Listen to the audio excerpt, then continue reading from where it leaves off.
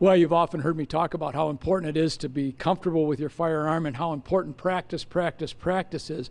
But equally important is how to store and secure that firearm. With me is Nate Sullivan here at Williams, one of our sales representatives. Nate, I often think of firearms in two categories: those that I need to get at rapidly for self-defense and home defense, and those that I just want to store and put away so that the kids don't get in them and I get them out every once in a while.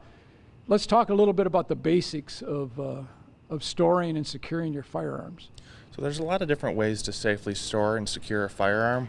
One of the basic ones being a trigger lock, which is just a clamp-on style that would go over the trigger guard, or a cable lock that would run through the magazine well and out the bottom. That's going to be really good for short-term storage, and so the firearms are unusable to anybody who doesn't have the key.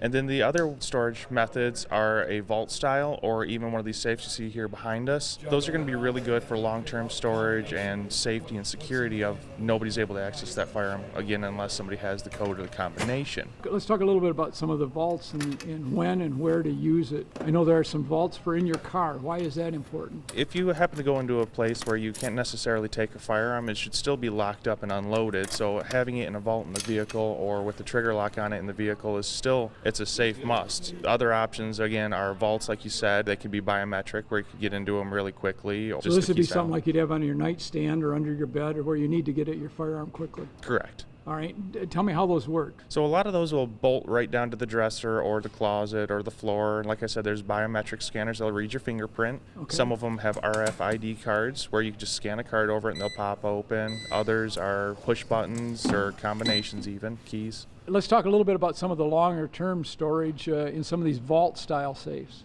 So some of the vault style safes have electrical outlets for dehumidifiers, or they've got special storage for coin collections, jewelry boxes. Fire rating, explain that a little bit. So a fire rating is the amount of time that the items inside the safe will remain safe until the fire destroys them. And most of the Brownings, they run from 30 minutes to about 160 minutes, upwards of 1400 degrees. All right, Nate, good information, appreciate it. Thanks, sir. Well, again, not only knowing how to use your firearm, but how to safely secure your firearm is just as important. For ABC 12 News, I'm Tom Wright from Williams Gun Sight Company. Back again next time.